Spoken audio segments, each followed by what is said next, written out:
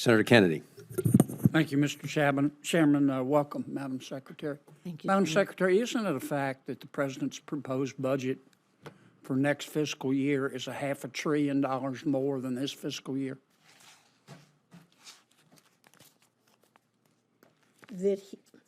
On the spending side?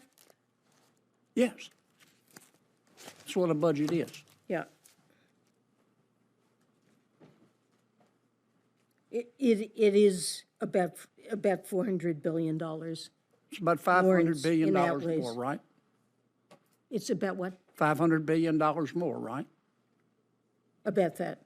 Isn't it a fact that since 2019 until today, I'm not including the extra $500 billion that y'all want to spend, since 2019 through today, U.S. population has increased 1.8%, and the federal government's budget is up 55%. Isn't that a fact?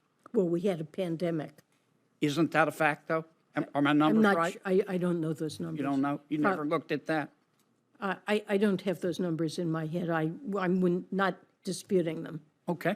Isn't it a fact that the President's proposed budget proposes $4.7 trillion in new taxes? It does propose significant additional taxes, yes. 4.7 trillion? Something like that, yes. Isn't it a fact that the President's proposed budget proposes $4.7 trillion in new taxes? It does propose significant additional taxes, yes. 4.7 trillion? Something like that, yes. Isn't it a fact that the President's proposed budget proposes $4.7 trillion in new taxes? It does propose significant additional taxes, yes. 4.7 trillion? Something like that, yes. In breaking news, this just happened yesterday. Congress just voted in Title 12, U.S. Code 531, which states that the Federal Reserve banks, that's all the banks you can think of, by the way, not just the Federal Reserve, no longer have to pay tax on their income, their stock portfolios, their holdings. Actually, they still have to pay it in real estate, but any of their income no longer taxable. Now, do we think that since that is a massive part of how the government pays for itself, that they'll just shrink the government to make up for that loss? No. It's coming to us in the form of estate taxes, changes in the trust law, which we've seen all year, and anything to do with taking your stuff from you as soon as you make it. Folks, this is not a time to be sleeping as Americans. This is a time to wake up, go to your congresspeople and your senators and say, this must be repealed. 531, and get them to do it and threaten them with the end of their career if they don't comply with our wishes. Wake up, America. Okay. You talked about reducing deficit. Isn't it a fact that under President Biden's proposed budget, that gross debt will rise from $32.7 trillion at the close of this year to $51 trillion by 2033?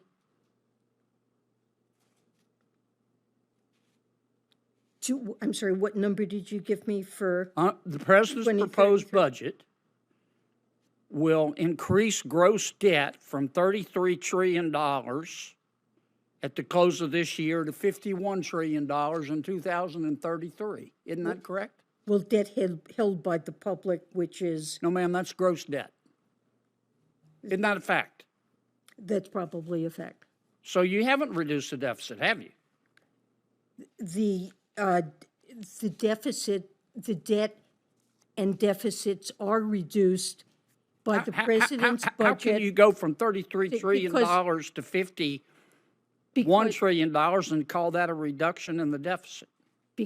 Because that's a calculation for which you need a baseline, and then you compare the budget and the deficits and debt in the budget with a baseline in which there are none of the changes either in revenues or in spending that are Here's proposed my in the baseline. budget. Here's my baseline. At the end of this year, we project, people a lot smarter than me, probably not than you, but smarter than me, say that gross debt's 33 trillion. They say if the president's budget is implemented by 2033, it'll be $51 trillion. Isn't that a fact? If the president's budget is not implemented and none of the changes are made, it will be worse than that. And so the president's budget has improved the fiscal outlook relative to what we would have without the president's proposals. Even though it raises gross debt from $33 trillion to $51 trillion, you say that's an improvement. It is an improvement because it raises taxes by more. It is an improvement because it raises taxes by more. It is an improvement because it raises taxes by more, and it leads to... That includes taxes. In what world is that an improvement, other than Washington and La La Land? It's an improvement in that the revenue increases far exceed proposed investments. Okay.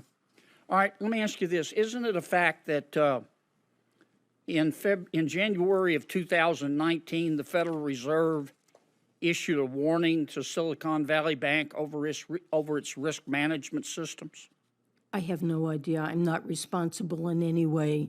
But you're in charge of the banking bailouts and the crisis, right? I am not involved in banking supervision, and I don't have access to any information about the supervision of Silicon Valley Bank. Okay, so you don't know whether or not the Fed, you haven't looked to see whether or not the Fed issued a warning, 4 years ago, to the bank over its risk management systems? That's not public information, and it's not Sure it is. information. It's in the Wall Street Journal. Well, it may be in the Wall Street Journal, but it's not public information, and it's not information that I have access to. Well, I'll give you a copy of this article. I've read the article, but... The Fed issued a matter requiring attention. And it said your risk management practices are terrible and you need to improve them. That is what the article says. Right. Isn't it a fact that months before SVB went under, that the bank disclosed that its mark-to-market value of its bonds was $16 billion less than their balance sheet value? They did make such a statement. Yeah. Did the people at the Federal Reserve just not read it? I'm not at the Federal Reserve. I know. I was at the Federal Reserve. But you're at the Treasury, and you're in charge of the banking crisis. Let me ask you. I am not in charge of the supervision of the bank. Let me ask you this. Senator Hinder talked about the 2018 amendments to the Dodd-Frank Act. Isn't it a fact? Now, SVB was not stress tested in 2022. 34 banks were. Here's the Fed's report. Isn't it a fact that if SVB had been stress tested, it would have passed? Stress tests look at capital of a bank. Here's the yes, ma'am, under the stress test. Isn't it a fact that SVB would have passed? I don't know. It wasn't stress tested. You need to look into that, Madam Secretary. This is not my job. This is the Federal Reserve's job. Okay, isn't it a fact that when the Federal Reserve stress tested in 2022, it only stress tested credit risk, it didn't stress test duration risk? Isn't that a fact? I believe the stress tests in general partially address and take account of interest rate No, risk. ma'am. I've read it. Here it is, bigger than Dallas. Well, to the extent that there are assets held in an available for sale portfolio that would suffer losses due to changing interest rates, that would be captured in the bank's No, ma'am, it's not capital. there. I've read it.